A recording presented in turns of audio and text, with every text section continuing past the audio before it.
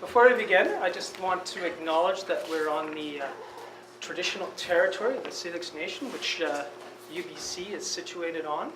And also, as I often do, I'd like to also acknowledge that I've lived and worked here for 18 years, and I feel very honored by being on this territory, and also by the knowledge and experience that's been shared with me over the years on the Syilx territory. So I'm grateful of that. Today we have a series of artists that are going to do a panel presentation here. We're going to bring each artist up one at a time. I'll just introduce them now. So we have Olivia Waitung, Billy Ray Belcourt, and Meghann O'Brien in the back there. I want to thank you guys for coming. It's a great honor to have you here. So we're going to start off with Billy Ray, then we're going to do Meghann, and then Olivia. Is that right? Sure. Okay. Did I get that backwards? Okay. Then once they finish the presentations, then we'll invite them back up on stage, and then we'll do kind of a question and answer kind of period with them, and we'll have a longer chat with them as well. And one more thing I just wanted to mention, because we have a number of people that have been really supportive in helping organize the events here and the residencies. And I just want to acknowledge them for a moment here. So no particular order, but I'm going to go through some of our faculty members here that are involved in teaching courses. So we have Matt Rader here. We have Catherine Pickering in the back. Just wave your hand there. We have Neil Cadger over here, and Andreas. Oh, what? Sorry, where's Holly? And Andreas. There's Andreas, and where's Holly? Ah, there she is over there. Sorry, I lost track of you. And Greg. Sorry, I forgot how many people are involved in this whole thing. Well, thank you for all your efforts there, and we've also have some staff that have been pretty involved too. So I just want to mention Simone Kessler, especially if you're one of the artists joining us. Simone has been, I know she's not here right now because she's busy working, but she's been very heavily involved in getting all you guys organized and contracts signed and all that kind of stuff. So I just want to acknowledge her work there. We also have some graduate students helping us out here. We have Meg on helping us out with the blog, and we also have Toby Lawrence somewhere. I've lost her. Oh, here she is. She's been working very hard keeping us all organized and on track, so I just want to thank them all for all their help. Now, have I missed anybody? The technicians? I should thank the technicians. We have Joanne here, who's helping us out with the media technicians. We have Phil Winnis, who is also around, but he's not here in the room, is he? No. And we also have Kayla Burke, also helping us out in the wood shop and metal room. So thanks to them as well. Thank you to them. All right. So let's begin, and we're going to begin with Billy Ray.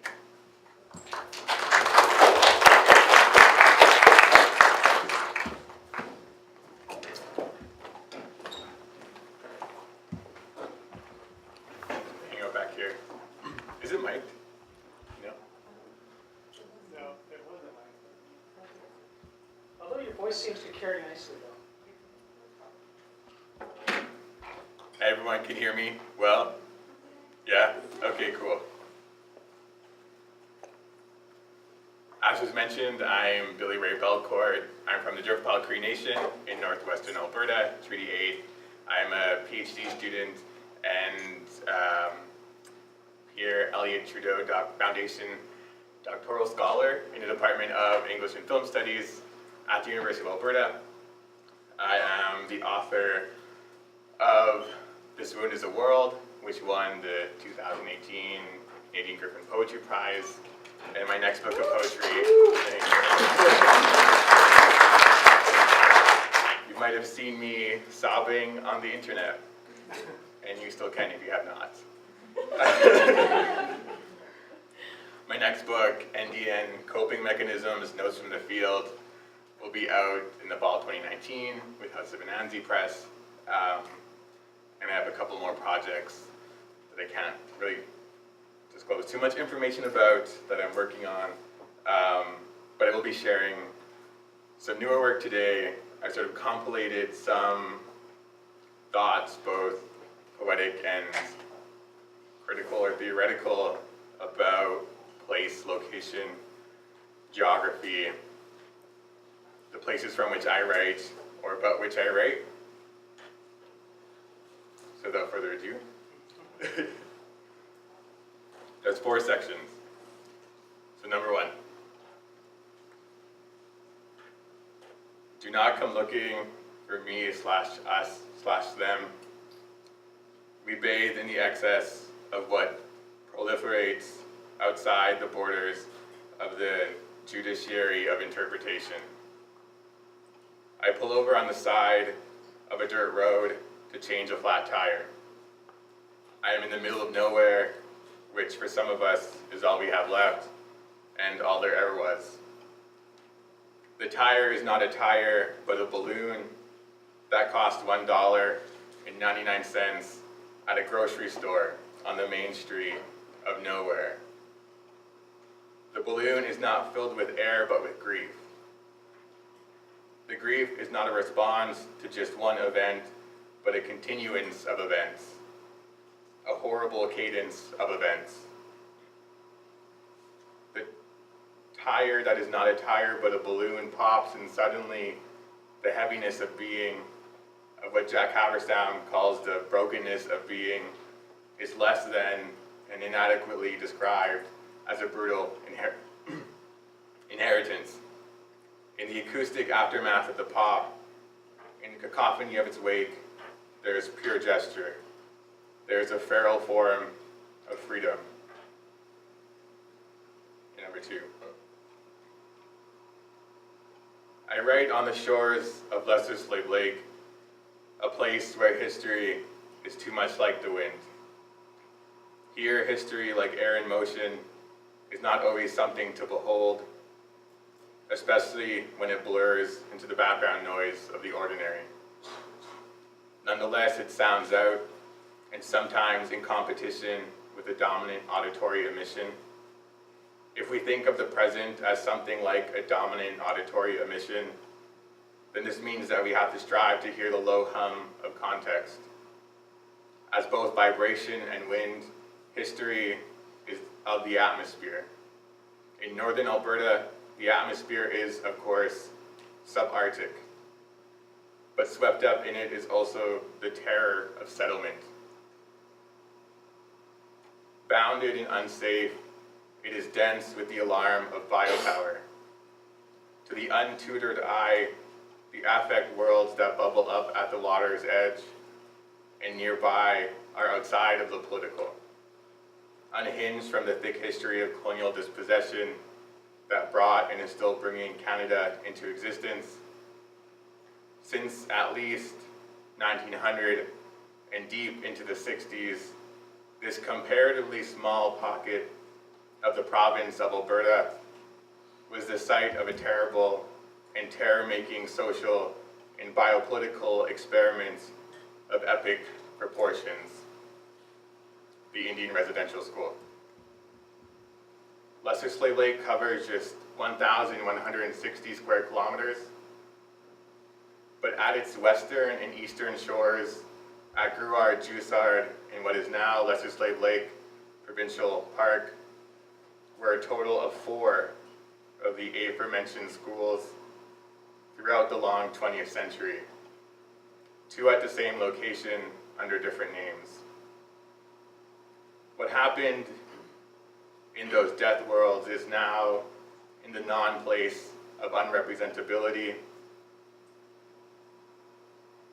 Surely we can surmise the generics of what happened, what horror unraveled there, from the testimonial record of those who broke through the sound barrier of Canadian historical ignorance to pronounce a violence that was at once infrastructural, cultural, psychosocial, sexual, and biological.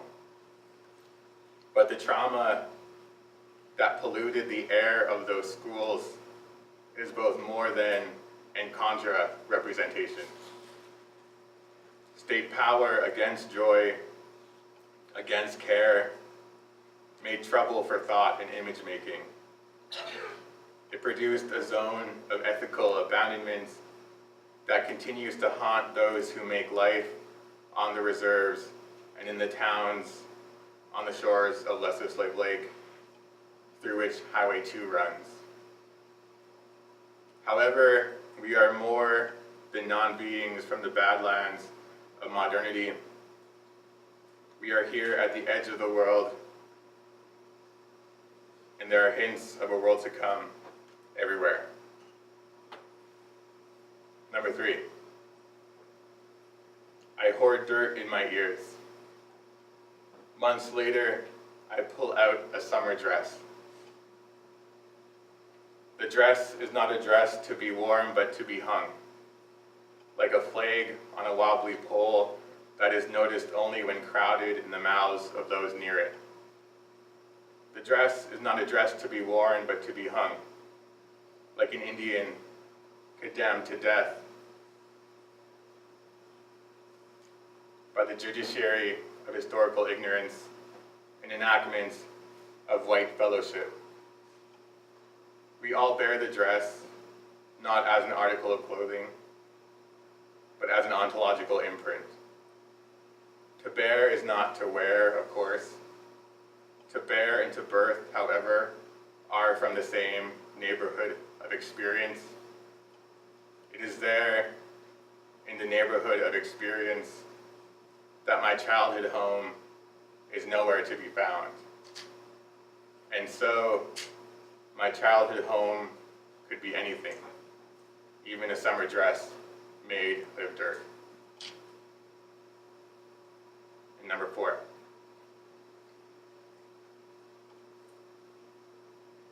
the res is something in campy excess of the reserve. In her seminal essay, Notes on Camp, Susan Sontag writes about camp as an aesthetic experience, and I quote, "Camp is a vision of the world in terms of style, but a particular kind of style. It is the love of the exaggerated, the off, of things being what they are not." End quote. Following Judith Butler in a key essay called Gender is Burning,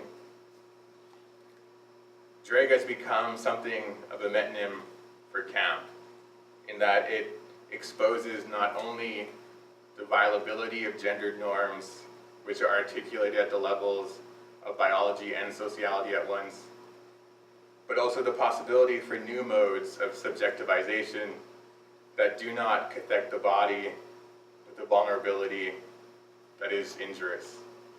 She writes, "The norm fails to determine us completely." The res is thus campy insofar as it is performed as a subversive remaking of the codes of native life, which are dreamt up in a racial imaginary that drowns us in the dirty waters of signification. The res demystifies the haze of realness that surrounds Indians everywhere. Much like drag, the res is comprised of a discourse, styles of behavior, a visual field, and a set of norms that are routinely subject to improvisation. The convergence of all of these factors creates a world that is mobile and makeshift, precious and ever proliferating.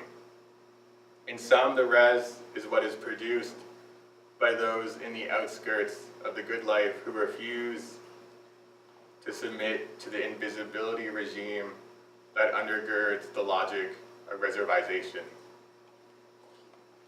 Snotty Nose Res Kids, a hip-hop duo that lives and works in Vancouver, have a line that goes something like, and by the way, I heard this while in an airplane. I can't find the line again. So this is what I imagine them singing. You can take this naughty-nosed res kid out of the res, but you can't take the res out of him. The res is an affective structure we co-produce with those with shared histories that is not resonant with grief, but with an energy that is vitalizing. It is unlocused, for it pops up any and everywhere. With those like us, in the open secret that is our hospitality, we enact a res that is both unseen and against disappearance. And that's it. Thank you.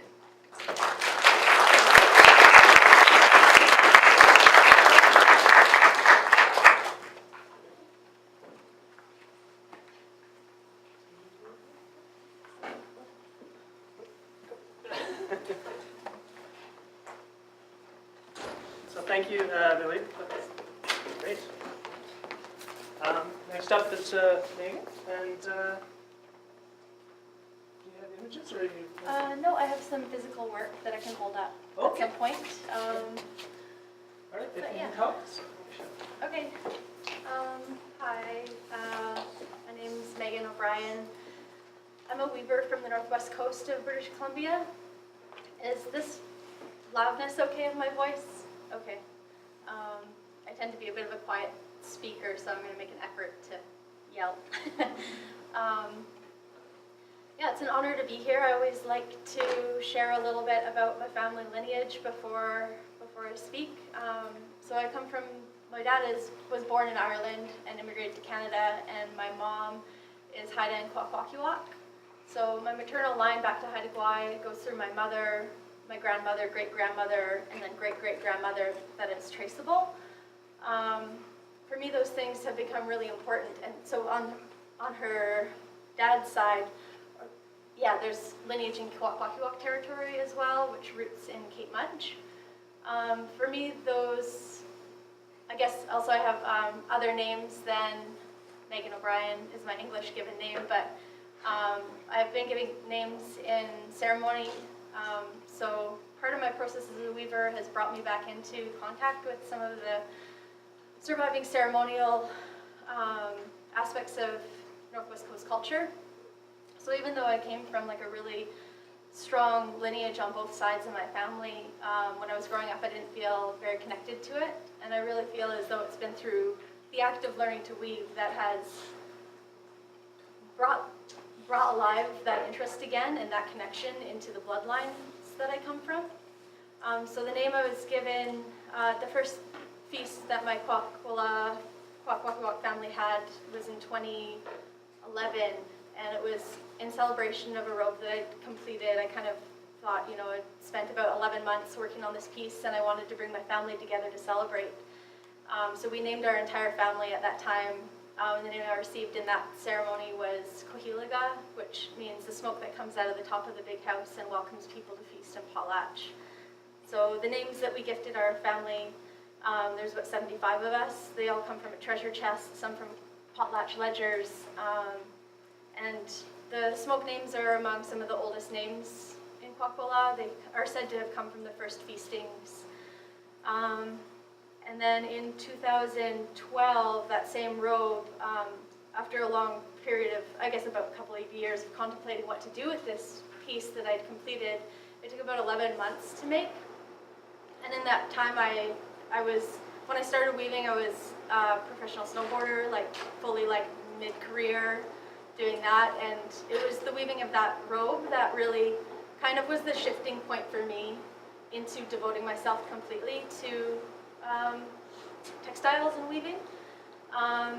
So anyway, I kind of decided that, you know, as payment into our culture, what I wanted to do with that robe was to gift it to our opposite clan in Haida Gwaii to ensure, you know, that as an artist who also sells pieces, you know, I think there's a line where even though you're from a culture, you still stand in a point where you're able to exploit it and exploit who our people were and what we've been and what we've inherited in my thinking of it. So I just really wanted to put that in its place. And so in that ceremony, well, I gifted that to Chief Skill Helans, who's He was the first chief to be put in a seat from the village Vian in 110 years, I think he told me.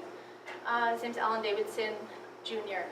And the name that I received in that ceremony came from Chinny Stephen Brown, who was one of the last fluent speakers of the Haida language, or he's passed away now, but he remembered my great-grandmother receiving her name as a girl before she left the islands to Vancouver, and that name was Jad Kujus. So lately I've been working in some fashion stuff, doing exhibits and things. I've named that my website, and Jad Kujus is a very common name. Like it's a girl's name for like a young girl. It means dear woman, like D-E-A-R, or precious woman. And part of like in our culture, like having a name doesn't mean you own the name. It's carried and upheld for the person that has it after you. Anyway, I guess in relation to, I feel very comfortable in this topic of land because I really feel like the practice of weaving has come to me through relationship with place. So I spent about, I think I was a commercial fisherwoman for 12 years with my family on our boat. So we spent a lot of time in areas on the northwest coast that, other than a little bit of hand logging, haven't really been touched in a very long time. A lot of the times, you know, I grew up when I was about 15 going out on the boat. And there was a period in my early 20s where I was like, I really don't agree with this. I really want to go, you know, out of the world and see what else is there. And I ended up coming back to it because after seeing a little bit of the world, I realized how lucky I was to be able to spend time with my family on our boat and just having a family business. And how lucky I was to be able to spend time on land that hasn't been really, really messed with by people. And that was kind of like, despite all the destructiveness I think that commercial fishing can have, like the amount of lives that we're taking, and the way that it's distributed in the world, something I don't totally agree with, but that time spent on the land was really what kept me coming back. Because I'd spend every Sunday, that would be our day off, we'd get out on our fishing ground site and I'd take the skiff to the beach and I would pick berries. And this kind of went on for, I'd say about like 6 years. So maybe from when I was 20 to 26. And when I was 27, it was interesting because when I was picking berries, there was always this kind of feeling inside of me of, I really wanted like an exit out of human intellect and human thinking. I felt at the time that being a person was much more of a burden than a blessing. Just there's so much complications of like being a person and how we fit into our natural world and our ecosystems that I just, at the time I didn't really want a part of. And I was looking for this like connection to the land and to kind of really looking at what I would observe in the natural world as like these really beautiful relationships between plants.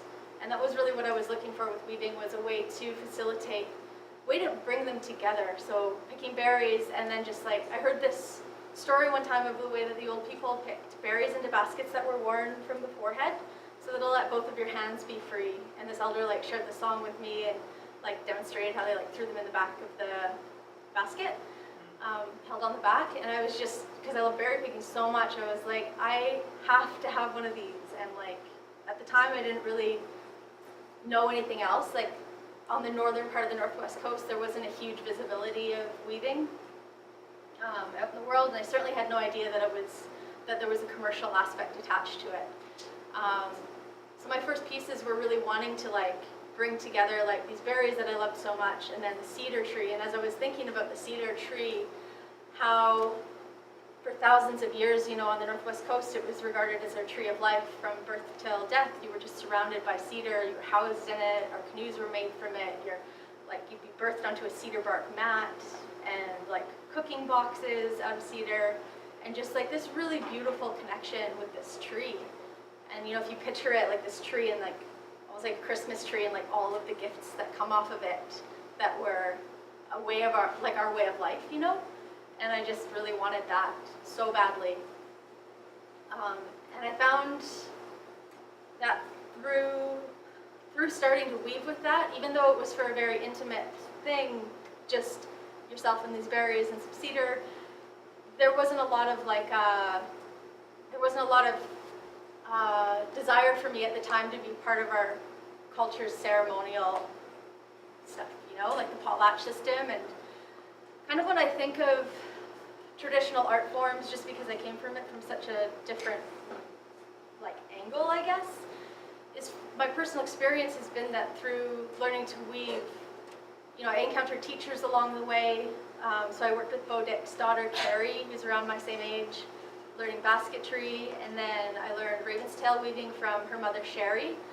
And when I was weaving Raven's Tail, that was when I started to think like, you know, these are things that are meant to be worn by people, and whereas my family would have, you know, where are we, what's our history, and why aren't we potlatching actively anymore? So I really felt like, you know, you can enter into a story, I think a story like this in any point in it, and then that point will lead you into all of the other aspects of it because everything is so connected. But I don't know, sometimes I think like it scares me to think like I might have never, like just how important it's been in my life, in my progression, what my life might have been like without that, without weaving being something to reconnect me. So I brought a couple of pieces that I have here. I'll just quickly show them.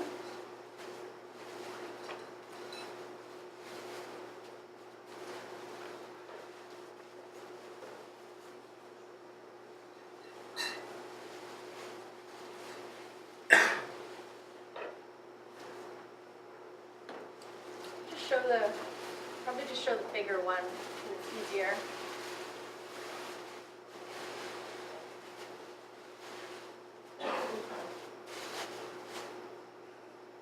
This one is a Chilkat apron, and it's designed after, it's kind of like a replica, but it's a bit of an unusual replica because the piece that I recreated was originally cut in ceremony. It was collected in Haida Gwaii in the 1890s, and it's housed at I think the NMAI in Washington. And so you can see, like, I don't know if anybody's familiar with Chilkat blankets, but this is originally just black fabric, and this side is the bottom right-hand side of a robe.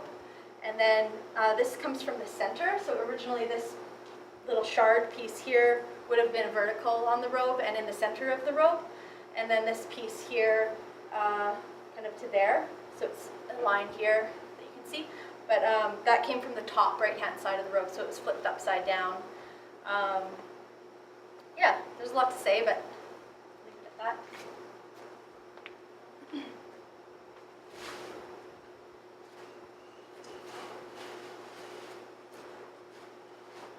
Thank you very much.